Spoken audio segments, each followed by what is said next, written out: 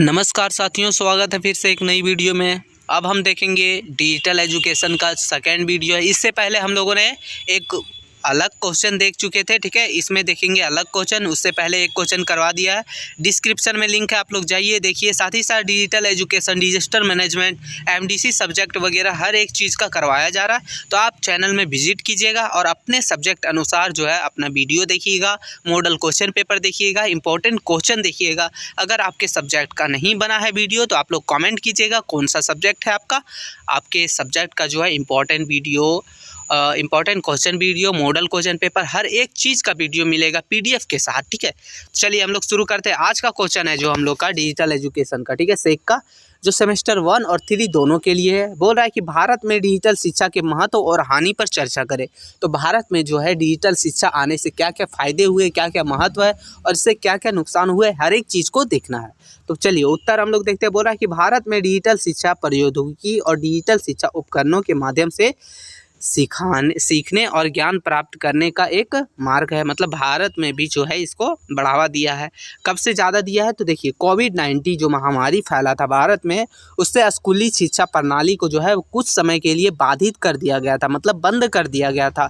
तो मार्च 2020 में पहले लॉकडाउन के बाद से सभी राज्यों की गति और न्यूनता के साथ कोविड-19 स्थिति का जवाब दिया। छात्रों की शिक्षा में नियंत्रण बनाए रखने के लिए, मतलब लगातार शिक्षा को बनाए रखने के लिए जो है मौजूद डिजिटल संसाधनों का लाभ उठाया गया, यानी डिजिटल शिक्षा को बढ़ावा दिया गया। डिजिटल शिक्षा से पढ़ाना शुरू किया गया। कब से? कोविड-19 आने से ज़्यादा हुआ, ठीक है। आप अपने हिसाब से भी आंसर लिख सकते हैं, ज़रूरी नहीं है यही लिखने का, ठीक है। बस थोड़ा सा समझ लीजिए, अच्छा रहेगा। आगे है डिजिटल शिक्षा के लिए पहल, मतलब उसके लिए जो क्या क्या कदम उठाए गए थे, कब कब उठाए गए थे, ये सभी चीज़ों को। तो पहला है, बोल रहा है कि 17 मई 2020 को जो है पीएम ई-विधा नामक एक व्यापक पहल की घोषणा की गई थी, जिसका उद्देश्य था कि शिक्षा तक समान मल्टीमोड पहुंच को सक्षम करने के लिए डिजिटल, ऑनलाइन, ऑन आयर शिक्षा से संबंधित सभी प्रयासों को एकीकृत किया जाए, मतलब इकट्ठा किया जाए, ठीक है। ये था पहला जो एक ठो योजना शुरू किया गया था। दूसरा था, बोल रहा है कि ऐसी परिकल्पना की गई कि इससे देश भर के लाभ 25 करोड़ स्कूल जाने वाले बच्चों को लाभ होगा। मतलब ये जो उद्देश्य आया था उसके बाद, मतलब घोषणा हुई थी, उसके बाद ये कल्पना किया गया था कि देश के 25 करोड़ स्कूल जाने वाले बच्चों को इसका लाभ मिलेगा। और साथ ही साथ तीसरा इसका क्या फ़ायदा था? तीसरा था कि MHRD की सबसे महत्वपूर्ण पहलों में एक दीक्षा है, मतलब दीक्षा जो है एक पहल है, ये भी, जो नॉलेज शेयरिंग के लिए डिजिटल ट्रांसफर है, ठीक है। चलिए आगे है ई लर्निंग क्या था? तो ये एक आत्मनिर्भर भारत कार्यक्रम के तहत घोषित पीएम ई-विधा के हिस्से के रूप में दीक्षा एक राष्ट्र है। भारत में स्कूली शिक्षा के लिए एक डिजिटल प्लेटफॉर्म है। ये जो है एक डिजिटल प्लेटफॉर्म है जो भारत सरकार के द्वारा मतलब जो है रिलीज किया गया था। कब किया गया था? इसे 2017 में लॉन्च किया गया था। किस लिए किया गया था? ताकि यह जो है सभी राज्यों के स्कूलों के लिए उपलब्ध एक राष्ट्रीय मंच है, जहां से जो है बच्चे पढ़ सकते हैं। ये कहां से था? तो ग्रेड पहला से लेके 12वां तक के लिए उपलब्ध था ये। साथ ही साथ डिजिटल को जो है मोबाइल एप्लीकेशन और वेब पोर्टल के माध्यम से जो है एक्सेस किया गया था। मतलब इसके लिए एप्लीकेशन भी और वेबसाइट दोनों लॉन्च किया गया था, ठीक है। अब है ई पाठ्य पुस्तकों। ई पाठ्य पुस्तकों जो है ये भी है। ई पाठ्य पुस्तकों तक पहुंचने के लिए ई पाठशाला में mobile app, Android, iOS videos और वेब पोर्टल का उपयोग किया जा सकता है। मतलब ये एप्लीकेशन है जो एंड्रॉयड, iOS और एप्पल दोनों में, सब में अवेलेबल है। साथ ही साथ दूसरा है, बोल इसे छात्र, शिक्षक और अभिभावक एक्सेस कर सकते हैं। मतलब ये एप्लीकेशन जो है वो स्टूडेंट, टीचर्स और पेरेंट्स सबके लिए है, सब एक्सेस कर सकते हैं। इसमें जो है NCERT की 3500 वीडियोज और ऑडियो दोनों है।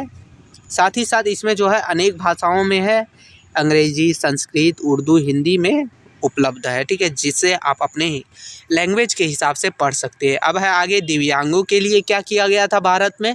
तो दिव्यांगों के लिए एक श्रवण बाधित छात्रों के लिए, जो मतलब सुन नहीं सकते, उनके लिए सांकेतिक सांकेतिक भाषाओं के साथ एक DTH चैनल उपलब्ध है।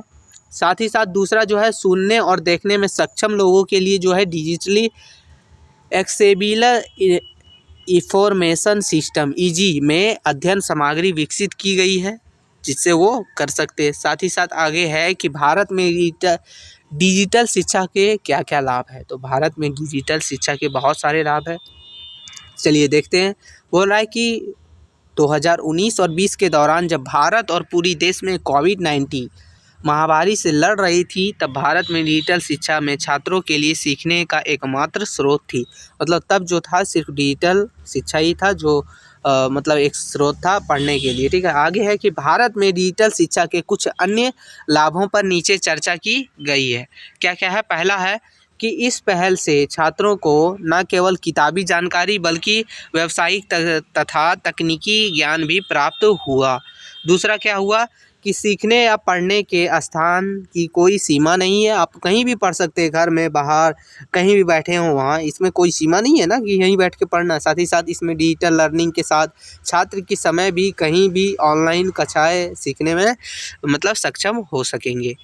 आगे है कि अध्ययन सामग्री ऑनलाइन उपलब्ध होने से छात्र किसी भी विषय को समझने में अपना समय ले सकते हैं।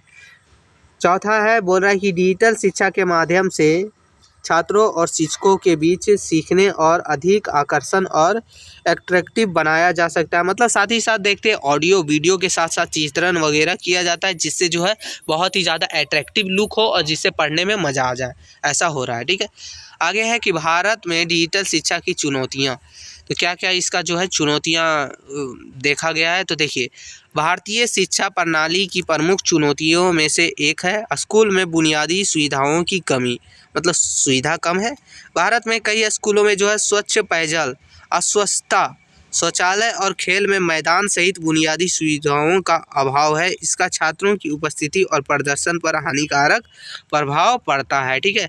यहाँ देखिए आप अपने हिसाब से भी थोड़ा लिख सकते हैं, ठीक है। तो यही था वीडियो, आप अपने हिसाब से देख लीजिएगा। इसी का PDF जो है आप लोग डाउनलोड कर सकते हैं इजीली। वीडियो अच्छा लगा हो तो चैनल को सब्सक्राइब करके बेल आइकन को दबा दीजिएगा। फिर मिलते हैं नई वीडियो में, तब तक के लिए जय हिंद।